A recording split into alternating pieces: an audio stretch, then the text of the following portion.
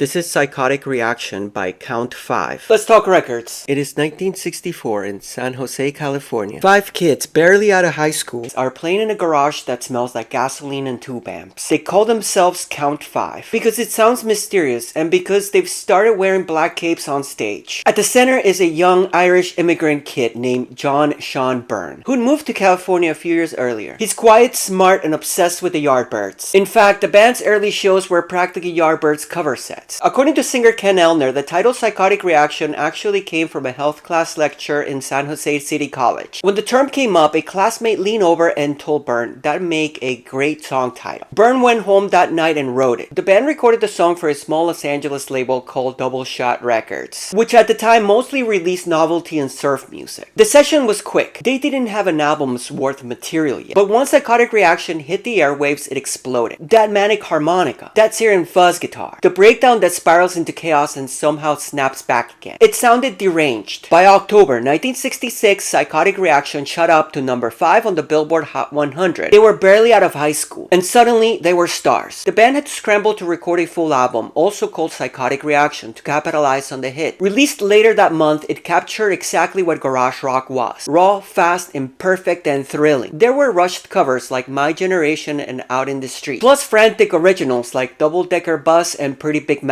The whole thing feels like an accident that somehow worked. An echo of kids trying to sound like the Yardbirds and helping invent punk rock by mistake along the way. Their image sealed their legend. The iconic promo shot of the band in vampire capes was shot in front of the Winchester Mystery House in San Jose. Count 5 toured the US, appeared in American Bandstand, and for a brief moment were at the center of everything. But by next year it was already over. Follow-up singles like Peace of Mind failed to chart. The British invasion had moved on and psychedelia was taken over. By 1969, Count 5 broke up. At the height of their fame, reports suggest they turned down major tour deals to return to school. In 1971, writer Lester Bangs resurrected them in his legendary essay, Psychotic Reactions and Carburetor Dung. He did more than just praise the song. He invented a whole fictional Count 5 discography, with imaginary albums like Carburetor Dung and Ancient Lace and Wrought Iron Railings. A year later, Psychotic Reaction was included on Lenny Kaye's 1972 Nuggets compilation, sparking the first major garage rock revival and immortalizing Count 5's name forever. Sean Byrne eventually left the music for good for a private career before passing away in 2008. But Psychotic Reaction, that one song, became eternal. And that's the beauty of it. One hit, one album, one glorious Psychotic Reaction that still rattles speakers almost 60 years later. Oh.